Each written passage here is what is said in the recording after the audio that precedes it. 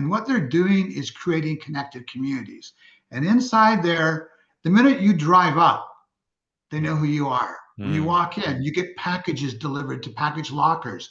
You will have robots soon taken up to your room. When you're in the house, you have an app, or in the building, you have an app to decide, do I want to go out and have Uber pick me up? Do I want to have a delivery? Do I allow deliveries? It's not done by anything manually now. It's all applications through smart. When do I turn my thermostats on? When should the building security system come on? And it goes on and on.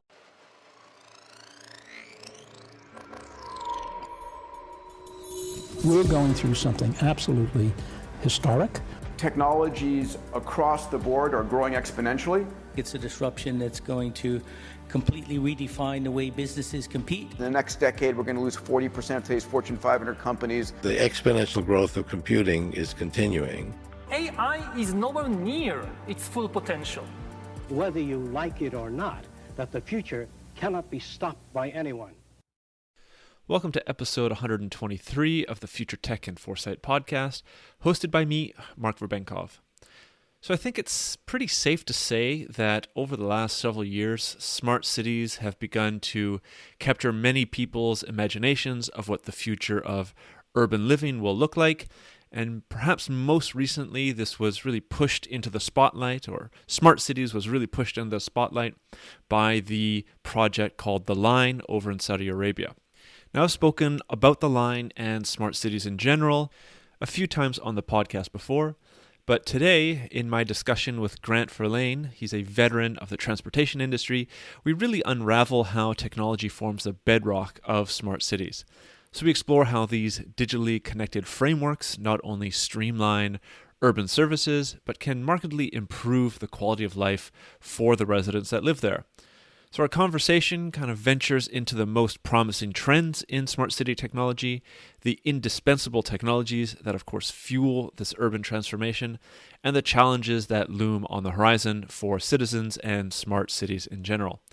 We also shed light on some of the more groundbreaking smart city initiatives that are paving the way for our possible urban future, and touch on some of the possible negative aspects of this really fascinating trend.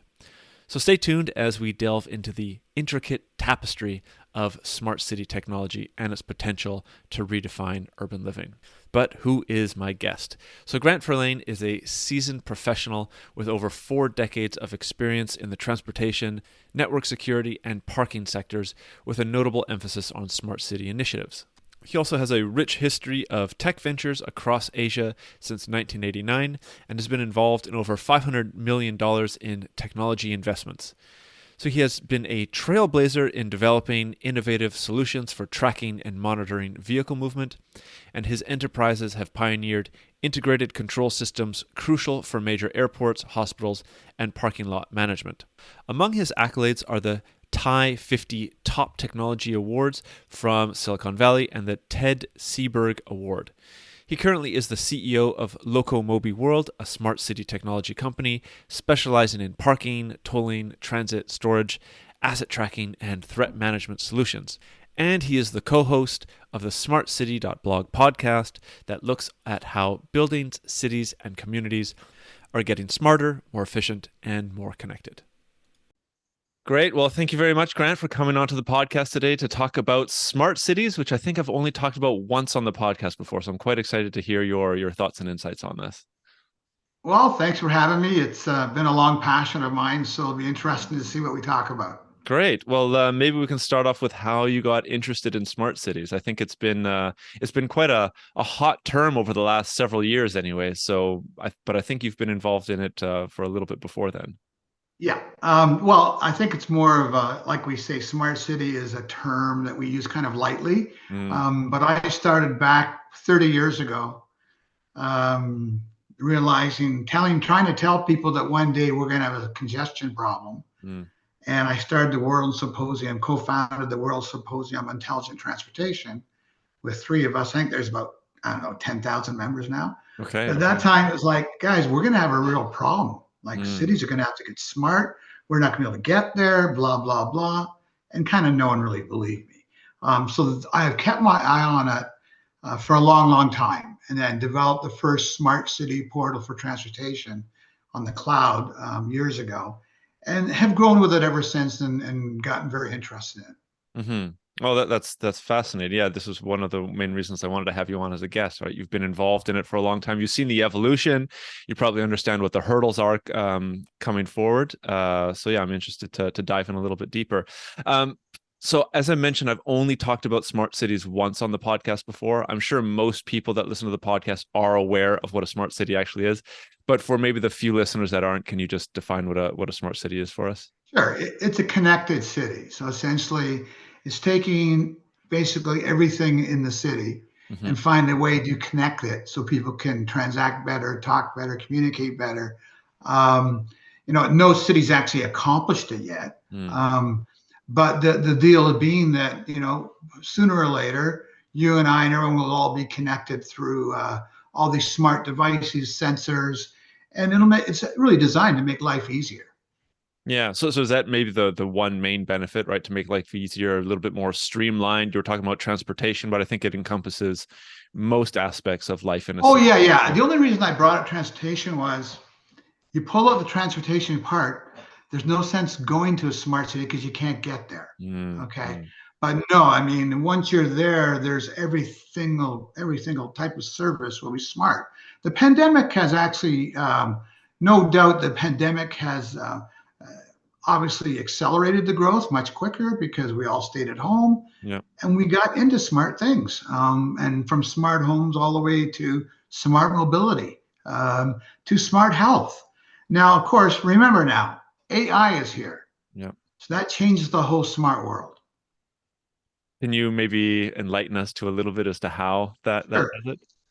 Well, I mean, at first, we would have, I have smart devices, I have sensors that detect when I'm here, there, heat, electricity, pain with my voice and my phone. And but now we have AI that's going to do all that for you. And so now what it's going to do is eliminate some of the sensor things we need because it's going to predict and do it itself. Now, are we going to trust it all? Well, that's the discussion we're going to have. But AI technology is going to take the development of smart city and 10 times it. Fascinating. And that's probably going to be experienced within the next couple of years, right? It's not going to be a 10-year long time frame. It's going to the old days it was we have 10 years. Yeah, I'll tell you what I tell everyone that asks me that question. I have one anxiety. I go to bed at night wondering who's going to beat me tomorrow morning. Not 2 years. Right. There's too many smart people out there. There really are. And my co-founder Barney Powell, who founded Bing, he's one of the AI leaders in the world, and the things they're doing now to help us all. I mean, if you have a smart building, you're going to have smart health. Right. You're not going to go to the doctor. You're going to go into maybe a metaverse room, maybe, unless it's serious. So it has a big effect on the smart city. Yeah. And so some of these things, I guess I've touched on in the podcast here and there. It's just not all come together as a smart city, like as an umbrella term there. But I think one of the things that I get a lot of feedback on is, like a lot of this is maybe wishful thinking, or, this is, again, like 10 years into the future, 20 years into the future, if we're talking about like fusion, for instance, right? But maybe you could touch on like a couple tangible things that you've seen over your 30-year career focusing on smart cities. Like what are some, maybe it's smart mobility or just specific tangible examples? Probably the easiest tangible one is smart buildings. Yeah. So, for example, if I were giving an example in Toronto, and it's a good example because we're the fastest growing city in the world as far as cranes. We have over 230 cranes in the ground. I think the second most cranes is LA at 34. Okay. So we're really experiencing it. And what has happened here is we've gone on a smart building tangent. And I think that the reason I only call it smart building when it's really not, it's smart communities. So you have these communities like Brightwater that's developing on the water that's going to house 11,000 people. You have Aspen Ridge that's going to have it's around 70 acres where the old IBM lands is. That's a development of a community. Then you have downtown, all the different buildings that are connected. And what they're doing is creating connected communities. And inside there, the minute you drive up, they know who you are. When you walk in, you get packages delivered to package lockers. You will have robots soon taken up to your room. When you're in the house, you have an app, or in the building, you have an app to decide, do I want to go out and have Uber pick me up? Do I want to have a delivery? Do I allow deliveries? It's not done by anything manually now. It's all applications through smart. When do I turn my thermostats on? When should the building security system come on? And it goes on and on. Smart services on the second floor. Because of COVID now, most of these buildings have business centers, smart business centers where you don't have to go to work. I'm not suggesting you don't, but I'm saying that is the future. And in fact, let's take a step further. Work from home. Yeah. All these commercial buildings are clawing back 30, 40% because why? People with smart technology can work from home. They can access sites, they can do development, they can do drawings. All the things you had to be in the office to do is gone. So I would say connected buildings is the first stage. We can talk and say it was connected cars because of Uber and autonomous vehicles, but I really believe that's still in a more infant stage. Yeah. Very interesting. So I'm out here on the West Coast. I've only visited Toronto a couple times. So I'm not familiar with these communities themselves, but like for these communities, for the buildings themselves, are these like previous non-smart or analog buildings that then had digital assets? Okay, so they're from the ground up. They're brand new developments. So if you were to look these up, like the Brightwater is done by Dream, which is one of the biggest REITs in the country, and it is the biggest planned community anywhere outside of the Line in Saudi Arabia. Okay, which our partner in who the company that is managing the Line is Parsons, which is the smart infrastructure company. Well, they're our partner. So I know them very well. And in Canada, you have people like Dream who are building full communities from the ground up. We're talking 10, 15 buildings, an arena, streets. And by the way, that's not unusual. That's what's happening everywhere. There are a lot of these communities, and I get it. What they're trying to build is what we term the 15-minute city. Yes. Do I think it is? No, it's probably the 25-minute city. But the point is, the plan is that, and I think you're going to find the same thing in the downtown core of cities. There won't be one city; it'll be planned communities, and then you link them. You can't possibly link a whole city, but you can make a smart environment that allows communities to build. Interesting. So I have to bring up the 15-minute city or touch on that a little bit. I know I wrote it to you as one of the possible questions, but I have had, I have had a lot of comments from listeners and just general people that have been, concerned about this idea of the 15-minute city. I haven't taken the time to really dive into it very much. So, as you're an expert on this topic, what are your thoughts on this? Is there any legitimacy to the, I don't know if you want to call it conspiracy theory concerns or just general concerns of, 15-minute city, as I understand it is, this is the 15 minutes that you'll essentially be allowed to live in, right? You're not going to be able to go outside of that because your smart, car might shut down. Die on you. Yeah. Look, anytime you build a technology and you want to be advanced, you're going to have the conspiracies and the theories, okay? And I get it, and I have to respect that. But no, the 15-minute city isn't designed to restrict your movements. It is designed to make your movements within the 50-minute range more convenient. Okay. The conspiracy is that, I got control of you and you can't leave. That's not going to happen. Well, if it is, then I'm on their side. I'm against that as well. Yeah. But I don't think so. I think that it's there's a lot of people who don't want to drive, who are handicapped, for a lot of social reasons. The 15-minute city makes total sense. Then there's the people who just want straight out convenience. Heck, I know people who I've known them my whole life. They've never flown outside of the city. I have. I love traveling. But I'm telling you, there are a lot of people who are very thankful to be in their community. And when you make a stronger community, you can offer better things for the people in the community. So I don't know. I just don't know if it's a 15-minute city, because how you decide that's going to happen legally, Yeah. I'd have a good one on that one. But as far as the build a parameter that makes you smart, that's the only way you can do it. Like, in other words, you're going to have, yes, communities linked to each other, but like downtown Toronto, they just tendered out another smart area. They're not doing the whole city because, quite frankly, the infrastructure is not there to build it. People don't understand that to build a smart city, there's a lot of fiber and communications that just aren't there.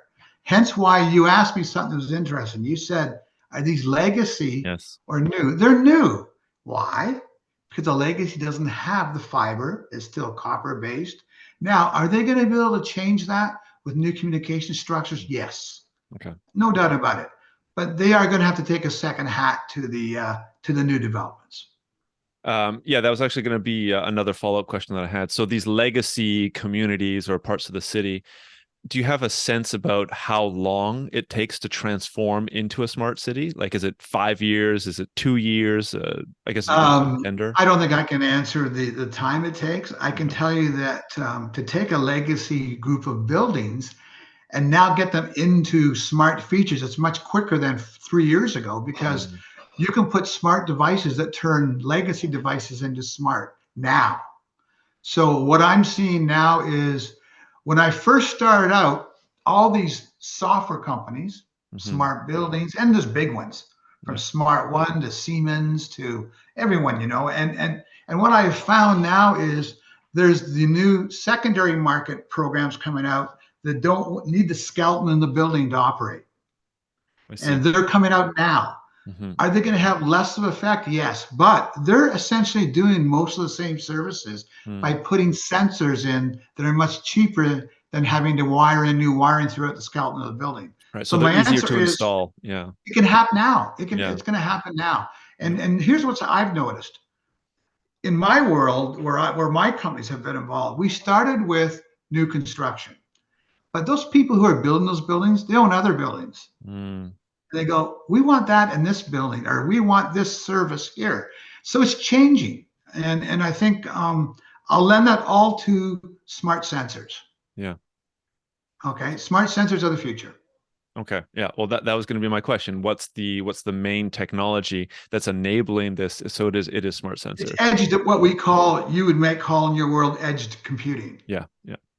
Okay. And I find that if you don't have that, anyone that builds a platform that is primarily for their own system are going to be out of business. It's got to be agnostic, so that you can take these edge devices and help your customer mold them into what you're doing, whether it be a freeway, whether it be a freeway or a toll highway or a bridge or a building or a group of streets.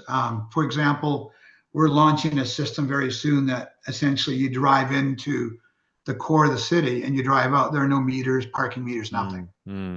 Okay, just sensors. So it's happening now, actually. And I think that, as I said, the number of sensor companies are, 25 times the amount than 2 or 3 years ago. And the interfaces are all there. And all these new software companies are coming out with building management systems and property management systems that will use the sensors. So I think we're kind of going to face it now. Yeah. Yeah. It's fascinating. I mean, as you're speaking, it really sounds like this Internet of Things world is just becoming, it's birthing, if you will, through the cities, right? So you have the sensor layer that's enabling all these things coming about. Are there any challenges for actually using these sensors? I mean, I'm sure there's tons of challenges when we can dive into those, but I'm speaking specifically about the sensors, right? To me, the way that you're describing it sounds like almost like plug and play, right? You would add these sensors to the building, and you can make the building, even if it's a legacy building, reasonably smart or as smart. Sure. Yeah, you can hook it up to your thermostat. You can hook it up to your entrance system. You can hook it up to your. But whether it's one or the other, probably your biggest thing is two things.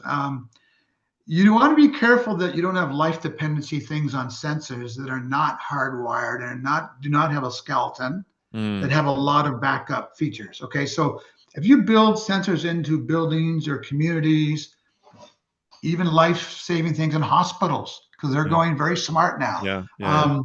It better have a skeleton if you're worried about life safety.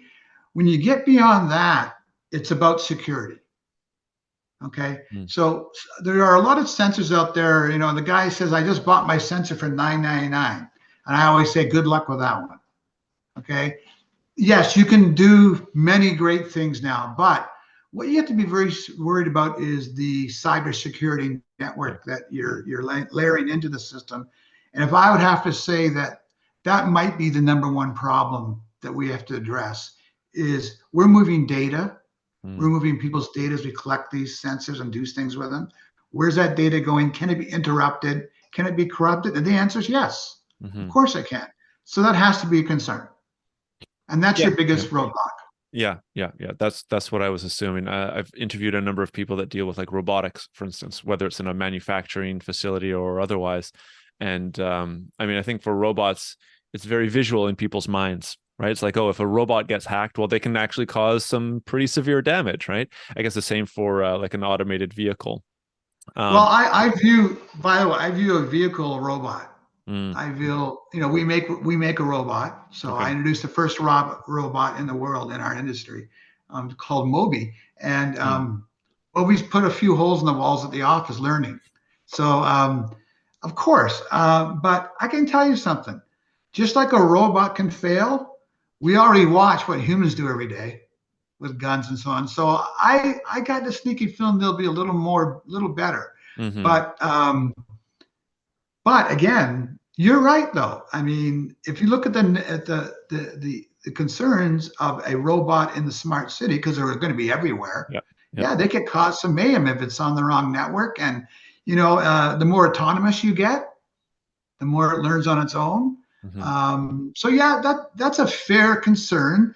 But of course, I look at the good sides of robots, helping operate on people that need help that can't afford it, doing things quicker for people that need it, helping disabled. See, I take every single technology, I only look at the good things and say, let's set up networks to fight the bad things. Let's not stop progress, because progress comes with pain. Okay. But you gotta guard against it. Yeah. This is one of the things that that keeps coming up on the podcast, actually, and maybe tying it back to the AI point that you were making, right? So I'm still not aware. I have a pretty like maybe vague, or like I have a vision or an idea of how AI is going to be impacting many different industries, of course, like anybody's like that's paying attention to technology. One of the things that I want to know more about is how AI is going to enable hackers, or you know, the malevolent actions within cybersecurity. I can only imagine that those fears would be compounded within a smart city infrastructure where everything's connected, everything's digitized, and I don't know if it's true, but maybe everything could be hacked, right? And if you layer on the ability of AI to, you know, give hackers, I guess, superpowers, or they're able to get into things easier than before, then maybe the threat level would be augmented as well. Yeah, I think that's the best question you'll probably ask me. But first of all, to make it clear, anyone can hack into a copper network in seconds.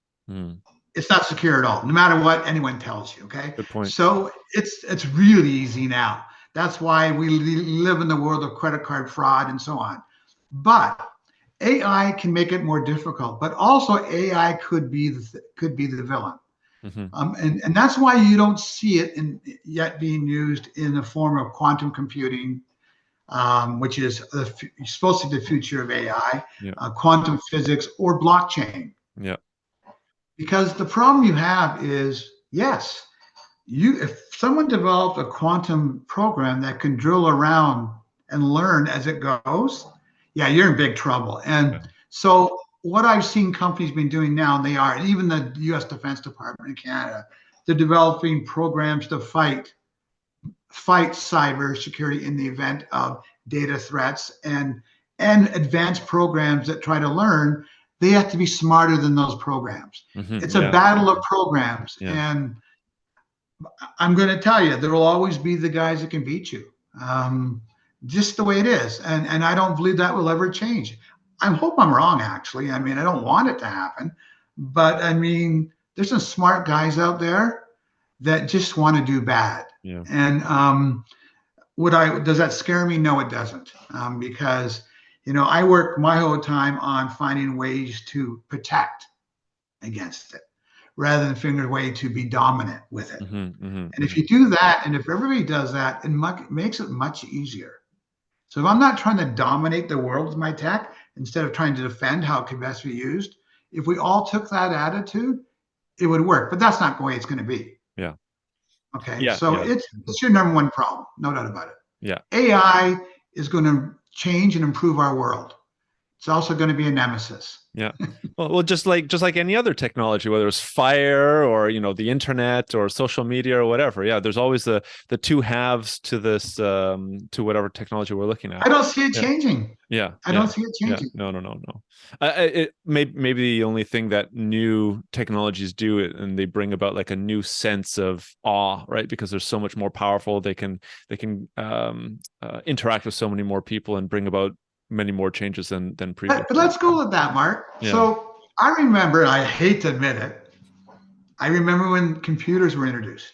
I built my first computer when I graduated from computer science, and I built my own because they didn't make them. And then Windows came. I thought, oh my God, the world has changed. But then the big one, the internet. Internet, oh my God. Like, we have just taken on the whole world. Okay, and I think that at that time we had every concern there was. And then we went from the internet to, I guess the next big thing would have been cloud computing. Oh my God, the cloud's going to destroy it. No one's going on the cloud. Now no one's not on the cloud. Yeah. Okay. Yeah. And I think each time, I think the negatives make the positives. You come out and say to me, I'm worried about this, I'm going to go and try to fix that. Yeah. And so you need to have the people do that. And it works. And, but people talk out the side of their mouth. You have Elon Musk on one side saying, I'm sending a space rocket to space. I'm making my cars smarter, but beware of AI. Yeah. And then what they do the next day? Oh, no. And robots are going to take over. Beware. And what they do the next day? Introduce his own robot, introduce his own AI company. So people make changes so quickly now because they realize you can be part of the solution rather than be part of the problem.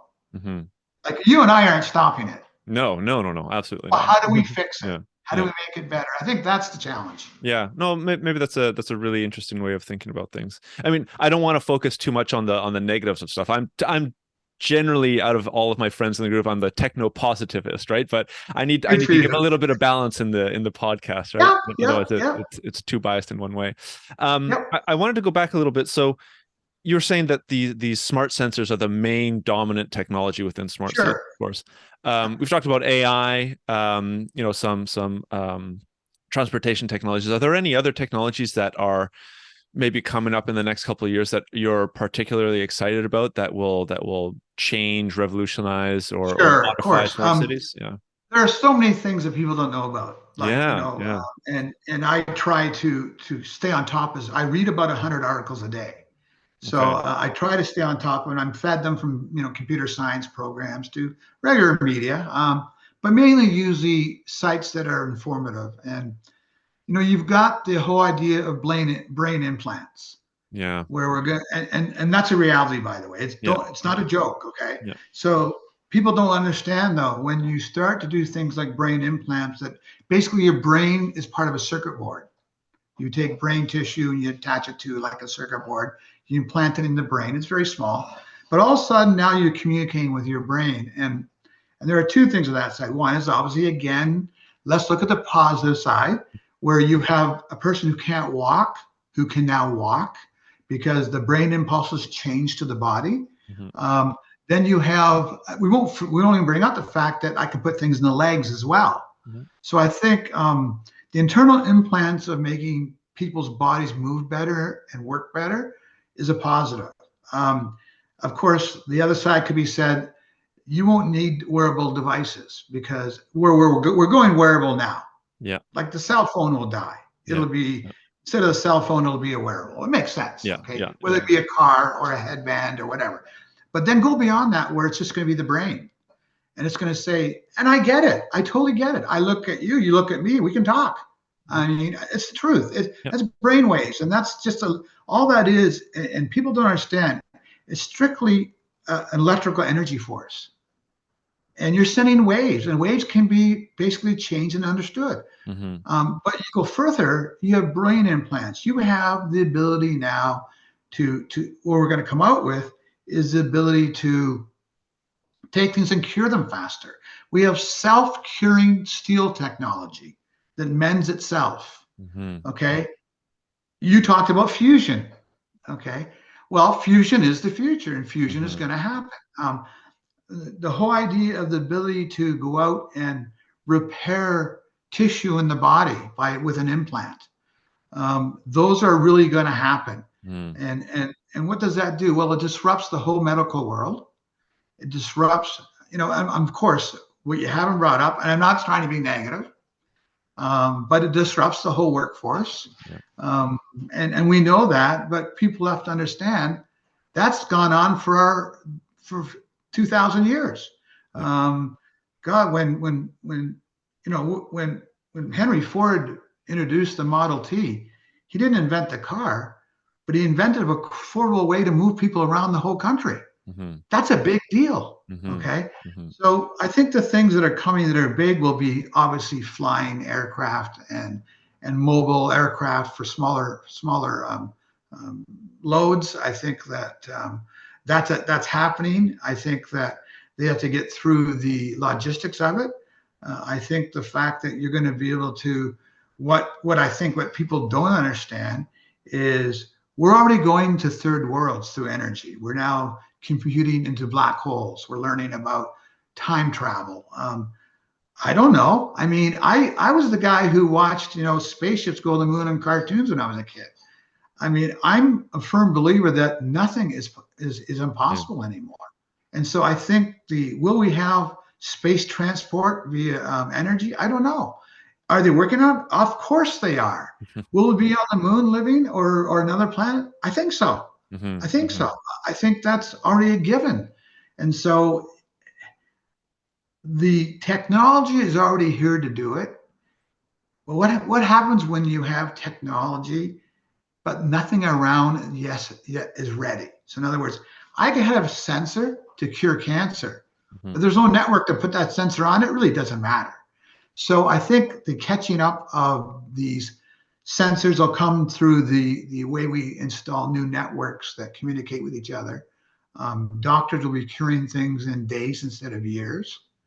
And I think that's phenomenal. Now, here's the best one. They are developing technology so you never die. Yeah. Okay. Yeah. So, and if you read it, the problem is it makes sense.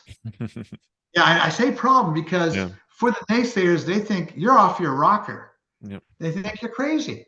But then when you read it, you go, boy, does that make sense? So I think the whole future of the world is going to be based on how we develop this future technology. And I'm not suggesting climate change is the answer because I don't believe we had any humans when the Ice Age happened. And I guess we'd have to call that climate change.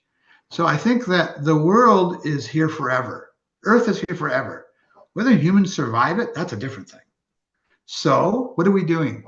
We're trying to find ways to either solve it, because the Earth is going to grow 2 degrees a year no matter what we do. You can go ahead and do all the things you want. So we have to develop technology to fight that. It's called stuff like air conditioning, better air conditioning, just the way it is. And it's called other planets. Like if they say we won't be able to live on Earth in 2,000 years, well, we won't be then. I mean, we're smart people, and I think we won't be then. If they're going to develop a technology that you can live forever, interesting. Not sure I could do that. Like it comes a time when you want to shoot yourself. No one do that, please. But you get my opinion, my point. And people are investing in that now. There are people right now invested in that. Yeah. Okay. So I believe it's there. Yeah, as I've talked about on the podcast with other guests, like we really are living through a time. I'm going to butcher the quote, but it's something along the lines of, science fiction is now becoming science fact, right? We're living in a No, I time think you're where, right. yeah, like whether it's this longevity movement or brain-computer interfaces, which I've talked about on the podcast a number of times. Like when I was a little bit younger, I would think about these sort of things, watching TV or science fiction as well, and it sounded ridiculous. And now we're living in an age where, yeah, you have billionaires investing in longevity research to extend their lives another 20 or 30 years, hoping to get over this point of no return, where then, yeah, your life is extended and potentially forever. It's an absolutely fascinating time. It's I completely And remember, this is all because of smart technology. yeah.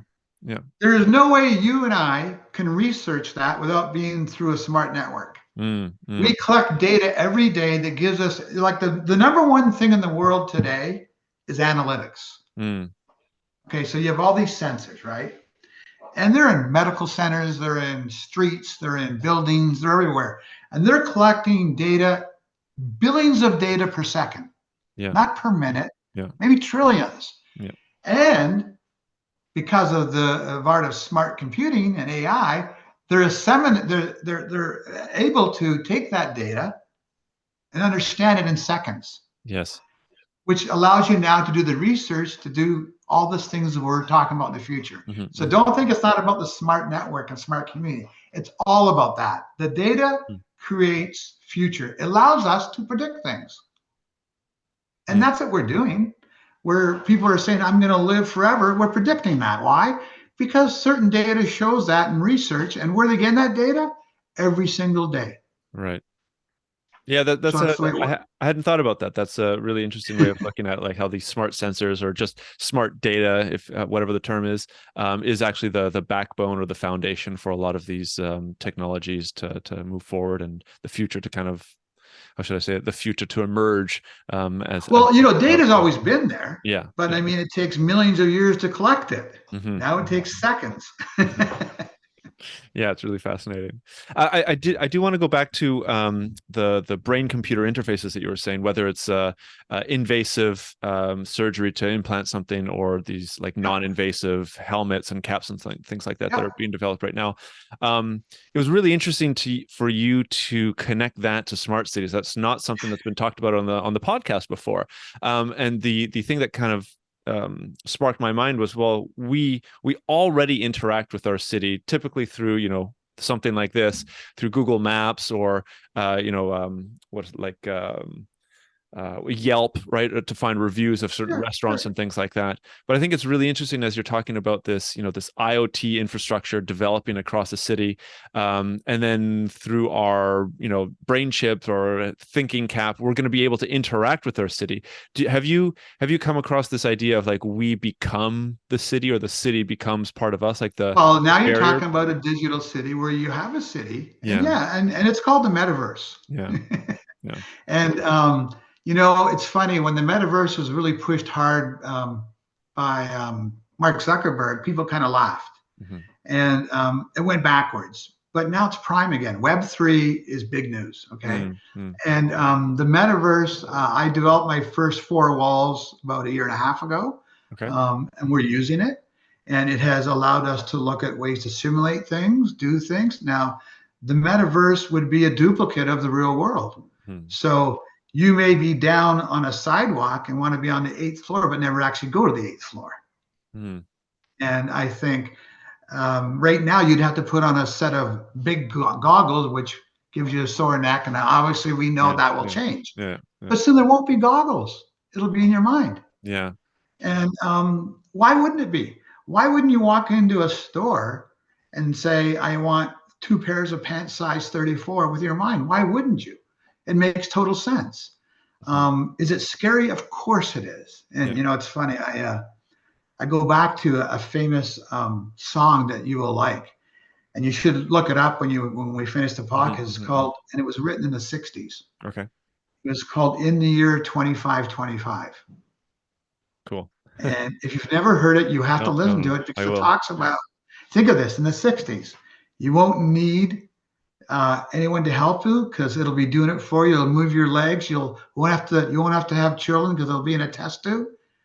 When you listen to this song, and many of these guys were visionaries, it shows you that someone's thinking about this stuff. Yeah. And when you listen to that song, which I've posted a few times and got thousands of responses, it's so amazing that this group writes a song about the future and everything in it happened. Like, what are they, Martians? Oh, I don't want to say that now, right? But you get my point, right? Yeah. And so the mind is very powerful, and you know that we don't use much of it. Yeah. And if we can tap into the mind with computer chips and sensors, which I think we will do, which we're already doing. Yeah, I keep forgetting that, and I have to watch that. Not to the way we can use it properly yet. It's going to happen. And it's going to be interesting that I could walk up to you and say, oh my God, I owe him 3 phone calls. Oh, I promised to call Mark yesterday and I didn't. Oh no, Mark, it's his birthday. It's amazing. Think of it. And that's where we could be one day. Yeah. It's absolutely fascinating. This is the type of stuff that keeps me up at night and that I think about. And I try to explain to as many people as part of the reason the podcast came about, right? To try and share these ideas a little bit further. One of the things that I think a lot of the feedback that I get from the audience is like the impact on people, right? Like, again, going back, like looking at the internet as it was coming about, I don't think anybody or many people, maybe a couple songwriters back when it was coming out, would have been able to predict some of the impacts of, say, social media on the population. You know, there's been lots of studies about, social media bringing about a lot of harm to like teenagers. I don't think anybody would have thought about that when the internet was coming about. When we're talking about, say, smart cities, I think you've looked into some of the impacts, both positive and negative, of course. But what are maybe some of the key ones that come to your mind when we talk about smart city impact on people in a couple of years, like once these smart cities and the communities are linked? Social media again. Yeah. Social media will drive what we do in the smart city. Social media has to be adapted. So everything you do has occurrence. Like, remember, we're taking private data. Yes. So it has a lot of effect on people. So when is it good and when it isn't it? And I've tried to tell people there's 2 ways to take data. Like, I'll give you an example. In my world, I read license plates. And then I go, oh my God, he knows where I live. Here's the fact is, I don't. Because we take the plate and we encrypt it into our own code. So that's now just an ID. We don't know where you live. We don't care. It's just an ID number that we use so that we can better recognize you going in and out of a facility or on a highway. Now let's look at the other side. If the police do the same thing, which could have our software, yes, they can look you up because through the Department of Transportation, they're allowed to. So think of the 2 social sides. You have one side that says, I'm not Big Daddy. And with the same software, we have Big Daddy. So the communicating everything you do is probably the most important thing. It's the biggest impact now. I mean, I always tell people, they hear about cameras reading your face. Okay, so facial recognition everywhere. Yeah.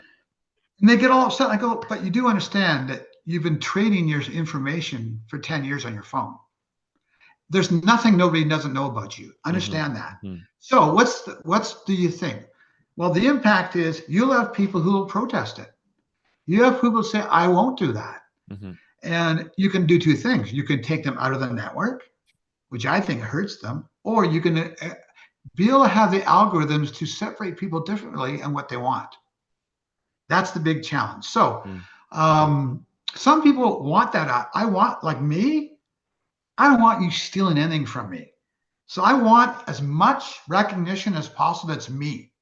Not you with my credit card, not someone else in my car. I want that. Where the other people don't want to be known about anything. Yes. Okay, and we can go into the ethics of that. Hey, I don't want him to know I'm at the Hotel Hilton twice a week. I get it. Okay, but you laugh, but that's a concern. So you know. Sure. So the biggest impact will be, now we're way smarter. I can not only tell you that, I can tell you your weight, height, and what you ate last week. Well, do I want all that? No. So there's going to be a real educational process. And it's funny, you brought that up, and I'm glad you did, because when we introduced all our software, I said, no one's going to understand this stuff. We needed a social app. So we developed our own social app. Mm. Why? I really felt no one would get it and it's too difficult. So let's devise a way to talk to people socially and then build into that ways to make them understand better and reward them even, because it's going to be the biggest problem. So the idea of tracking vehicles, your phone, your face, what you eat, the algorithms are going to be challenged by government. They're going to be challenged by social networks. And I believe that, again, the social network controls the world. Do I agree with it all? No, but it's here and we better adapt to it. Yeah. That's an interesting thought. I think there's always like counter trends or counter movements to whatever mainstream or large movement there is. And I think just like people have, completely rejected social media, I'm sure some people will completely reject smart cities or AI or certainly brain computer interface technology. That is something that I see a lot of people rejecting. But just like social media or smartphones, right? It's the network effect. You get so many people using it and you're kind of forced to be using it and on it. Otherwise, you're missing out on all the advantages as well. So absolutely. You have people that I meet even today, my age. Yeah. Okay. Who've not been on a computer. Yeah. That's wild. I sat, and I want to give you an example. Okay. I sat with a friend who's on the computer, but we're working on something with him. And he said to me, what do I do in the main lobby of, how do I monetize that? I said, watch. So I went to ChatGPT, told him what I had, and I said, give me a business plan. Yeah. And he saw it in 1 minute. He just about died. He goes, Yeah. are you kidding me? See, they're missing things that are good for them. Yeah. Not just things that are, and he was amazed. He was like, I don't believe this. This is real? I go, it's been going on for a while. And so that's a good way to explain it, though. I think that you don't want to be left behind. You don't want to be left behind. And by the way, when you say there's people who are against social media and people are for, I support both. Yeah. I truly believe people I get both sides. And if you don't respect that, you're not going to get very far. Well, maybe that's, I'm also mindful of the time here, time's coming up, but I think that's also maybe one of the things to appease, whether it's the conspiracy theorists or the people that are concerned about, smart cities, that there might be like options to opt out, right? Like if I understand, and I don't understand it fully, but if I understand that some of the concerns is, well, smart cities are going to be everywhere and there's going to be no escape if I don't want to be part of that system. So maybe taking on what you're saying is like, okay, well, there's an option to opt out. You can exist in a non-smart or just an analog or a legacy community, whatever the term will eventually be. Then people might not be so fearful of these. I think there'll be levels of access. But I don't know if you'll be able to opt out totally. Of course, you can opt out totally by not having a phone. Yeah.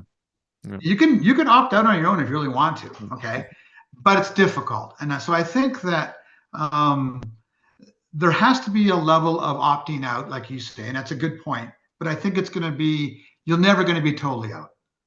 There's just too much going on in the city now, monitoring that you and I don't control. Yeah. You and I can't opt out the cameras downtown. We can, just don't go downtown, right? Or even better, wear a mask. See what I'm saying? Like that's where you are. If you want to opt out there, you're in. So if I'm in, I want the stuff that is better than that. If I'm going to be in, I want to know all about it. Because if I'm in, I want to know what the heck's going on, not the other side. So I guess you could take it glass half full, glass half empty. Yeah. Interesting. Okay, maybe the one last question. So you mentioned the line. I've talked about the line in Saudi Arabia once or twice before. Okay. Do you see that as, that's really from the ground up, a full-on smart city. Do you see that? No cars. No cars, right? Yeah, fully automated. True 15-minute city. Yeah, exactly. Is that going to be maybe not a blueprint, but an example of what people can expect in the next, say, 20 years across many cities? I think that's taken everything in the world and thrown it into a basket. And that's smart. So I don't think that's a reality. Never mind the costs. Okay. They're employing 560, 600,000 workers a day. Okay. The blockchain security alone that they're working on now is huge, because think of everything moving up and down that chain. The smart pass, it's a marvel. And you know, I'm not sure it'll ever get finished. Okay, I don't want to know, and I'm behind it. Yeah. But I'm not sure that'll get finished. But I think what it does do, it rings up the notion that you can do. There's other smart communities like that they're developing. You know, water communities. There's more than one of those being built in the Middle East. But that's the one we all talk about.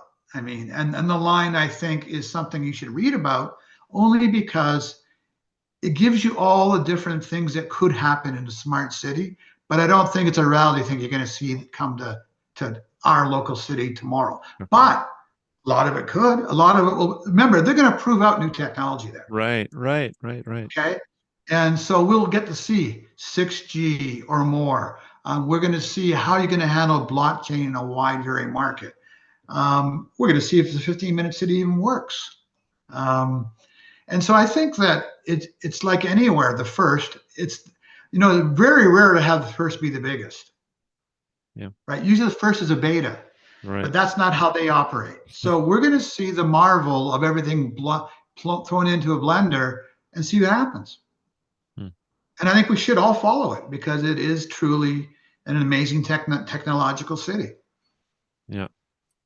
Well, I think it'll be interesting to follow that. I'm sure I'll have that covered again, or once or twice on the podcast as time goes on. And I guess you know, the time's pretty much up here, Grant, and I want to be respectful of your time. Thanks again for your kind of like vision and discussing a little bit of smart cities, but also like what the potential future of these smart cities, and I guess to a certain extent society will look like. I know that you have a podcast, you have a business. Where can people reach out and follow what you're doing? If you can, thesmartcity.blog is my podcast.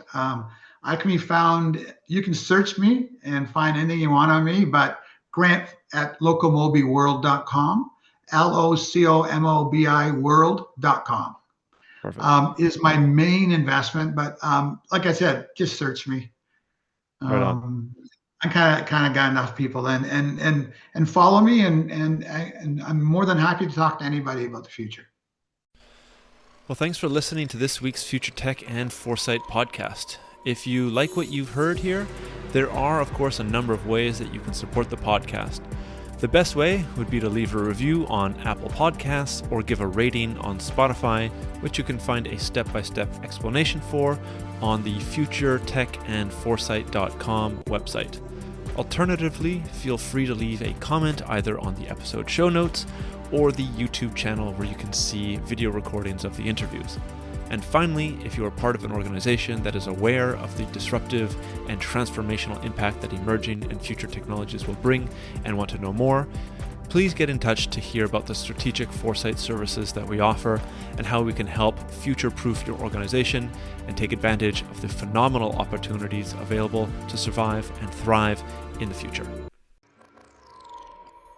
A lot of future-shocked people and future-shocked institutions in our society are simply overwhelmed. Once there is superintelligence, the fate of humanity may depend on what the superintelligence does. Science fact is catching up to science fiction. The first truly intelligent machine will be the last invention that humanity needs to make. The only scarcity that will exist in the future is that which we decide to create ourselves as humans. Within a 10-year design revolution, we can have all humanity living the highest standard of living anybody's ever known. Progress is accelerating at an exponential pace, and it's going to reach a point where progress is so fast it's going to be a singularity. We are probably one of the last generations of Homo sapiens. Every single headline points to the birth pangs of a Type 1 civilization.